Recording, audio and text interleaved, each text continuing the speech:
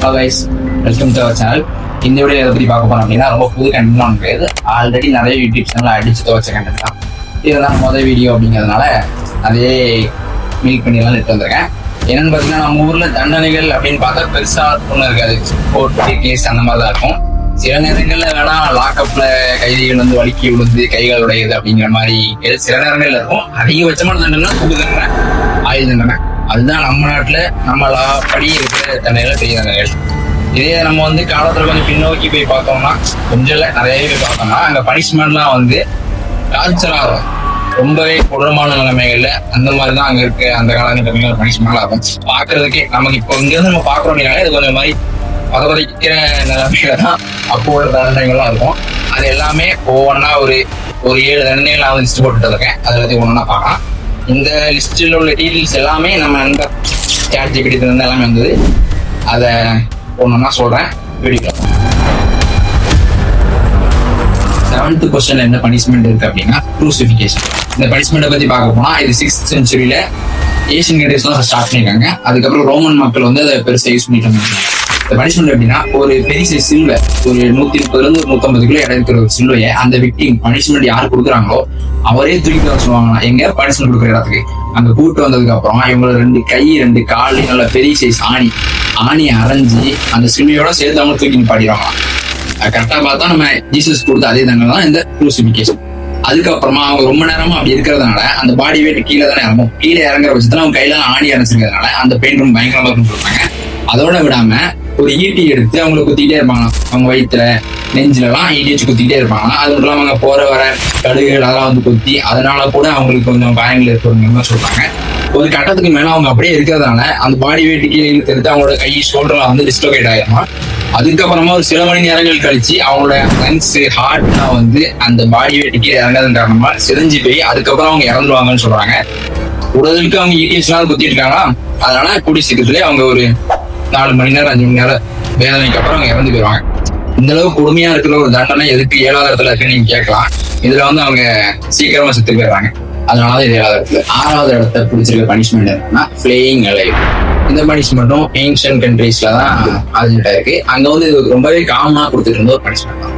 இந்த பனிஷ்மெண்ட் எப்படி அப்படின்னா, நம்ம ஊரெல்லாம் சொல்லுவாங்க தோலை உரிச்சிடும் பார்த்துட்டு அப்படின்னு. அதை உண்மையாவே பனிஷ்மெண்ட் பண்ணிருக்காங்க. இப்ப எப்படின்னா, அந்த பனிஷ்மெண்ட் எதுக்கு யார் கொடுக்குறாங்க, உங்க விக்டிமை ஒரு மரத்திலையோ இல்ல ஒரு கரண்ட் கம்பத்திலேயோ கட்டி வச்சிருவாங்க. கட்டி வச்சுட்டு நல்லா ஷார்ப்பான பிளேடு கத்தியெல்லாம் வச்சு கொஞ்சம் கொஞ்சமா அவங்க தோலை லேயர் பை லேயரா உரிப்பாங்க. அவர் உயிரோட இருக்கிறப்ப உரிப்பாங்க. அவங்க பண்றப்ப அவருக்கு வலி உயிர் போயிடும், ஆனா உயிர் மட்டும் போகாது, உயிரோட தான் இருப்பாரு. அவங்க பாடியில இருக்கிற மொத்த தோலையும் கொஞ்சம் கொஞ்சமா உரிச்சு அவங்க அப்படியே விட்டு அதுக்கப்புறமா அவங்க சாவுவாங்களாம். அவங்களோட தோலெல்லாம் எடுத்துட்டு ஒரு மெயினான சிட்டியில ஃப்ரேம் மாதிரி பண்ணி அடிச்சிருவாங்களாம் அவங்களோட ஸ்கின்னை. அப்படி பண்ணாதான் அதை பார்த்து நிறைய பேர் அது திரும்ப அதே தப்பு பண்ண மாட்டாங்க அப்படிங்கிற ஒரு காரணத்துக்காக. ஒரு சில கேசஸ்லாம் அவங்க ஃபேஸ்ல தோலை மட்டும் மாஸ்க் ரிமூவ் பண்ற மாதிரி ரிமூவ் பண்ணிட்டு அவங்களை அப்படியே விட்டுருக்காங்க. அந்த மாதிரி கேசஸும் ஹிஸ்டரியில நடந்திருக்கு. அங்க வந்து இது ரொம்ப ஒரு காமனான நடக்கிற விஷயம். கொஞ்சம் யோசிச்சு பாருங்க, நமக்கு ஏதாட்டு கீச்சாலே எந்த அளவுக்கு வலிக்குது. அப்படி ஆட்டுத்தோலை உரிக்கிற மாதிரி அப்படி கொஞ்சம் கொஞ்சமா உரிச்சு எடுத்தாங்கன்னா யோசிச்சு கூட பார்க்க முடியல. இதே மாதிரிதான் இருக்கிற எல்லா பனிஷ்மெண்ட்டும். 5வது இடத்துல இருக்கிற பனிஷ்மெண்ட் பேர் என்னன்னா ஸ்டார்விங் இன் ஹாஃப். இந்த பனிஷ்மெண்ட் வந்து ரோம்ல தான் நிறைய கொடுத்துட்டு இருக்காங்க. இந்தியாவில் அப்பப்போ ரேரா அந்த பனிஷ்மெண்ட் கொடுத்துருக்காங்க. இந்த பனிஷ்மெண்ட் எப்படின்னா, அந்த விக்டிமை தலைகீழ தொங்க விட்டுருவாங்க. கால் 2 அப்படி இருக்கிற மாதிரி தலைக்கீழ இருக்கிற தொங்க விட்டுட்டு மேல அந்த சைடு ஒரு ஆள் இந்த சைடு ஒரு ஆள் இருந்துட்டு அப்படி 2 துண்டு அறுப்பாங்க. காடு நடுல ரொம்ப இருக்குல்ல, ரம்பத்தை வச்சு 2 துண்டு அறுப்பாங்க. அப்படி கொஞ்சம் கொஞ்சமா அறுத்துக்கிட்டு இருக்கப்பே ஒரு சில பேருக்கு வந்து பிளட் தலையில இருக்கிறதுனால தலையில பிளட் ஏறி அவங்க அன்கான்சியஸ் ஆயிருக்காங்க பாதியிலே.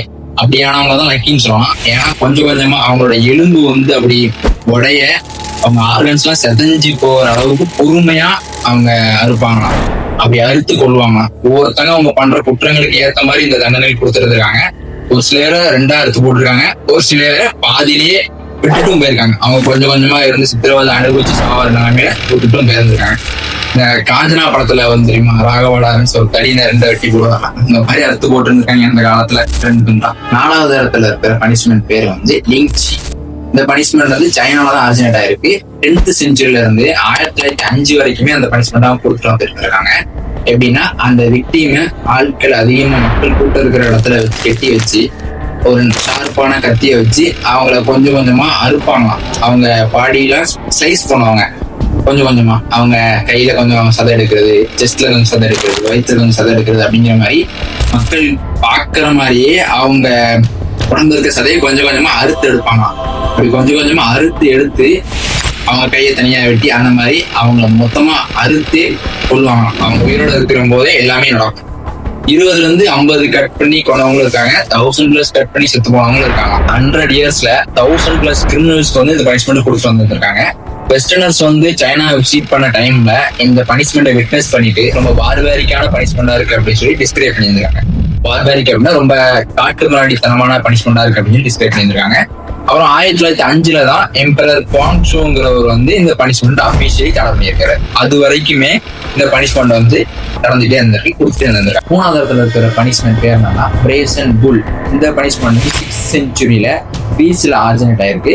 இந்த பனிஷ்மெண்ட் எப்படி கொடுப்பாங்கன்னா, ஒரு பெரிய சைஸ் எருமை மாதிரி, அதாவது புல் இருக்குல்ல அந்த சைஸ்ல ஒரு ஸ்டீல்ல செஞ்ச ஒரு இது இருக்கும், உள்ள ஸ்பேஸ் இருக்கும், சைட்ல ஒரு டோர் இருக்கும். அதுக்குள்ள அந்த டோர்ல விக்டிம் உள்ள அனுப்பி லாக் பண்ணிட்டு கீழே நெருப்பு வச்சிருவாங்களாம். நெருப்பு வச்சு அவரை ரோஸ்ட் பண்ணுவாங்க. கிட்டத்தட்ட இந்த கிரில் சிக்கன் பண்றாங்கல்ல அந்த மெத்தட் தான். விக்டிம் உள்ள இருப்பாங்க, கீழே நெருப்பு வச்சிருவாங்க, கொஞ்சம் கொஞ்சமா ரோஸ்ட் பண்ணுவாங்க. அவரால் யோசிச்சு பாருங்க, எதையுமே சுத்தி தொடக்கூட முடியாது, எல்லா பக்கமும் ஹீட் இருக்கும். உள்ள கடந்து அவரு கத்தி கதறி வேற வழி கடைசியில செத்து போயிடுவாங்க. மிஞ்சுறது என்னமோ அவங்களோட எலும்போட சாம்பல் மட்டும் தான் மிஞ்சுமா. அதுவுமே அந்த கிங் வந்து ஏதோ கோயிலுக்கு டெம்பிளுக்கு வந்து கிஃப்ட் பண்றதா மென்ஷன் பண்றாங்க. என்னங்கிறது டீட்டெயில்ஸ் கரெக்டா தெரியல. அதுல ஹைலைட்ஸ் என்னன்னா, அந்த புல் இருக்குல்ல அந்த புல்லோட வாயில வந்து ஒரு குழாய் மாதிரி செட் பண்ணி ஒரு சிஸ்டமேட்டிக்கா பண்ணி வச்சிருப்பாங்க போல. அது மூலியமா அந்த உள்ள இருக்க விக்டிம் வழியில கத்துறப்போ அது வெளியே அந்த புல் வந்து ரோர் பண்ற மாதிரி அந்த மாதிரி சவுண்ட் கேட்கும் போல இருக்கு. அதை வந்து சுத்தி இருந்த மக்கள்லாம் வந்து நின்று பார்த்து என்ஜாய் பண்ணுவாங்களாம். இதுல ஹைலைட்ஸ் என்னன்னா, பெரேலோஸ் அப்படிங்கிறவன் வந்து அந்த விஷயத்தை கண்டுபிடிச்சிருக்கான். கண்டுபிடிச்சிட்டு அந்த நாட்டு கிங் கிட்ட போயிட்டு இந்த மாதிரி அதான் நான் அந்த மாதிரி வந்து கண்டுபிடிச்சிருக்கேன், இதை வச்சு நம்ம பனிஷ்மெண்ட் பண்ணலாம், அந்த மாதிரி அவரை கொடுறப்படுத்தலாம், சித்திரவதை பண்ணலாம்னு சொல்லியிருக்கான். கொடுத்தோன்னா அவருக்கு ஒரு சந்தேகம், அது எப்படி அவன் உள்ள இருந்து கத்துறது எப்படி வெளியே அந்த ஃபுல் ரோல் பண்ற மாதிரி எப்படி கேட்கும் அப்படின்னு சொன்னதும் அவன் போயிட்டு இருங்க நான் போய் டெமோ காட்டுறேன்னு சொல்லி போய் கத்தலான்னு போயிடலாம். போன பண்ணியிருக்காங்க, கதவை பூட்டி விட்டு உள்ள அடியில நெருப்பு வச்சு விட்டாங்க. கடைசியில அதை கண்டுபிடிச்சவனே அவனோட கண்டுபிடிப்பினாலே சாகிற மாதிரி ஆயிடுச்சு. செகண்ட் பொசிஷன்ல இருக்கிற பனிஷ்மெண்ட் பேர் வந்து இம்பேலிங். இந்த பனிஷ்மெண்ட்டும் ஏன்ஷியன் கண்ட்ரீஸ்ல தான் வந்துட்டு ஆரிஜினேட் ஆயிருக்கு. எகிப்த் அப்புறம் இந்தியாவில வந்து ரேரா யூஸ் பண்ணிட்டு இருக்காங்க. 15th century விளாட் டிராகுலாங்கிற ஒரு கிங் வந்து ஃபேமஸாவே இந்த பனிஷ்மெண்ட் யூஸ் பண்ணிட்டு இருக்காரு. இந்த பனிஷ்மெண்ட் கூட தமிழ்ல கழிவு நீக்குதல்னு சொல்லிட்டு ஒரு பேர் இருக்கு, ஹிஸ்டரி புக்கெல்லாம் வந்து வந்திருக்கு. இந்த பனிஷ்மெண்ட் எப்படின்னா, ஒரு பெரிய மூங்கிலோ இல்ல ஒரு கம்பியோ எஜ்ஜில மட்டும் நல்லா ஷார்ப் ஆக்கிட்டு அது ஃபுல்லா நல்லா ஆயில் தடவி, கிரிப் இல்லாத மாதிரி ஆயில் தடவி நிக்க வச்சிருவாங்க. அந்த ஷார்ப் எஜ்ஜில இந்த விக்டிமை கொண்டு அதில் உட்கார வச்சிருவாங்க, கைகாலெல்லாம் கெட்டி உட்கார வச்சிருவாங்க. அது எப்படின்னா, அவங்க உடம்புலயே தொலை போட்டு அந்த பாடி வெயிட் கீழே இறங்கும்ல, அதுல உடம்புலயே தொலை போட்டு அந்த கம்பியோ அந்த மூங்கிலோ உடம்புக்குள்ள கூடி மேல வர ஆரம்பிக்கும். அது கொஞ்சம் கொஞ்சமா மேல வர அவங்க ஷோல்டர் வழியாவோ இல்ல தலை வழியாவோ அது வந்து வெளியே வந்து அந்த விக்டிம் வந்து செத்து போவாங்க. கிட்டத்தட்ட அவங்க சாகிறதுக்கு வந்து 24 hours இருந்து 2-3 days கூட ஆகுங்கிற மாதிரி சொல்றாங்க. அவங்க செத்ததுக்கு அப்புறமா அவங்க எடுக்க மாட்டாங்க, மக்கள் பாக்குற மாதிரி அந்த இடத்துல அப்படியே வச்சிருவாங்க. அதுக்கப்புறம் பறவைகள்லாம் வந்து கொத்தி அவங்க அந்த பறவைகளை வந்து சாப்பிட்டு அது வரைக்குமே அந்த விக்டிம் அப்படியே விட்டுருவாங்க.